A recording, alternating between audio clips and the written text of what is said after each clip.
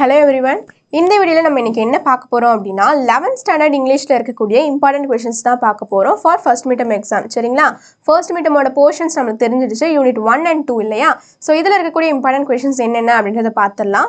First வந்து unit அதாவது 2 மார்க்ல இருந்து ஆரம்பிப்போம். ப்ரோஸ் 1ல பார்த்தோம் அப்படினா பேஜ் நம்பர் 5ல ஃபர்ஸ்ட்ல A, D and G இந்த மூணு क्वेश्चन வந்து ரொம்ப ரொம்ப இம்பார்ட்டன்ட். அண்ட் பேஜ் நம்பர் 5லயே 2 க்கு கீழ இருக்கக்கூடிய A வந்து ரொம்ப ரொம்ப இம்பார்ட்டன்ட்.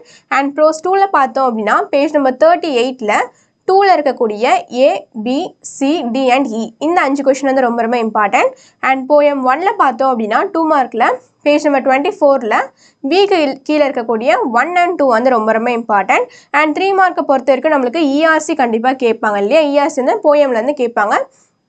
ஸோ போயம் 1ல பார்த்தோம் அப்படின்னா பேஜ் நம்பர் 24ல சிக்கு கீழே இருக்கக்கூடிய 2, 3 or 4 இந்த மூணுத்துல வந்து 3 கொஸ்டின் வந்து ரொம்ப ரொம்ப இம்பார்ட்டன்ட். அண்ட் வந்து போயம் 2ல பார்த்தோம் அப்படின்னா பேஜ் நம்பர் 55ல 5க்கு கீழே இருக்கக்கூடிய 1 and 3 வந்து ரொம்ப ரொம்ப இம்பார்ட்டன்ட்.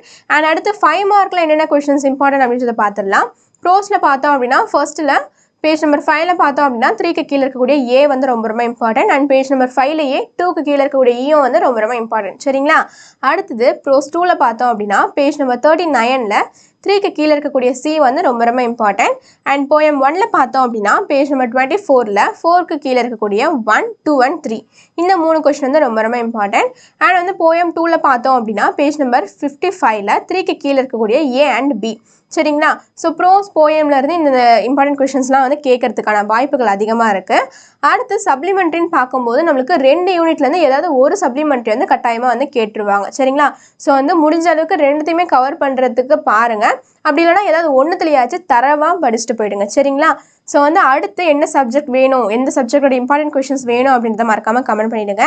அண்ட் வந்து இந்த கொஷின்ஸ் இதில் இருக்க கொஷின்ஸ் எதுவுமே வந்து ஸ்கிப் பண்ணிடாதீங்க. ஏன்னா இது எல்லாமே வந்து ப்ரீவியஸ் இயரில் அடிக்கடி கேட்ட கொஷின்ஸ். சரிங்களா? அடுத்து இதை வந்து ஒரு நோட்ஸ் எடுத்து வச்சுக்கோங்க, ஆர்எல்ஸ் ஒரு ஸ்க்ரீன்ஷாட் ஆச்சு எடுத்து வச்சுக்கோங்க. சரிங்களா?